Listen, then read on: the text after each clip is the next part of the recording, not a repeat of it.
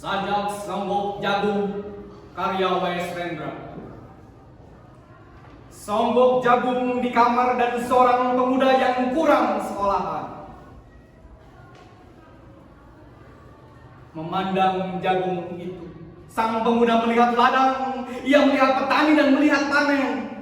Dan suatu hari subuh, para wanita dengan gendongan pergi ke pasar.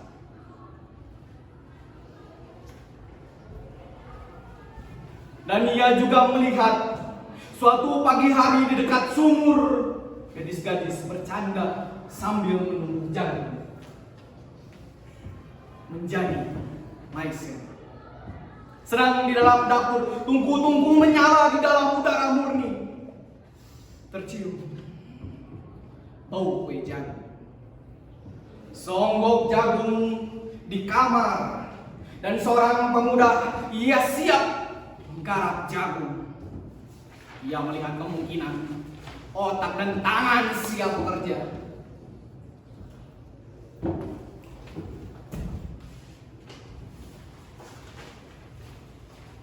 Tetapi ini seonggok jagung di kamar dan seorang pemuda tamat SLA. Tak ada uang, tak bisa menjadi mahasiswa. Hanya ada seonggok jagung di kamarnya. Ia memandang jagung itu dan ia melihat dirinya terunta-unta. Ia melihat dirinya ditendang dari diskotik. Ia melihat sepasang sepatu kenes di balik etalase. Ia melihat saingannya naik sepeda motor. Ia melihat nomor-nomor lotre. Ia melihat dirinya sendiri miskin dan gagal. Seonggok jagung di kamar tidak menyangkut pada akal, tidak akan menolongnya.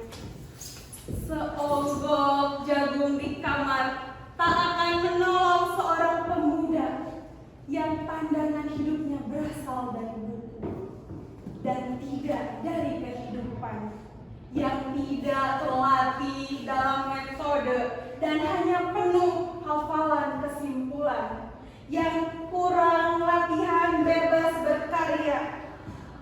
Pendidikan telah memisahkannya dari kehidupan.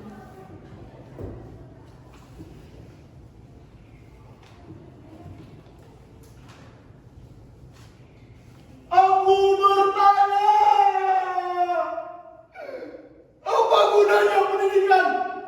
Apa guna pendidikan? Bila hanya akan membuat seseorang menjadi asing di tengah kenyataan persoalan.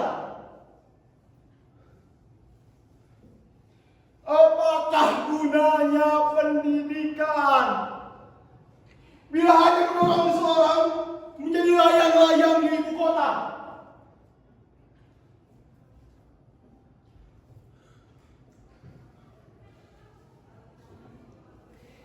Kikuk pulang ke daerahnya.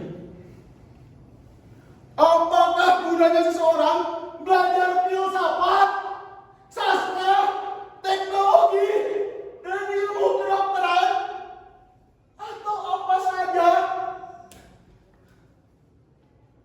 bila pada akhirnya ketika ia pulang ke daerahnya lalu berkata, "Di sini aku merasa asing dan sepi.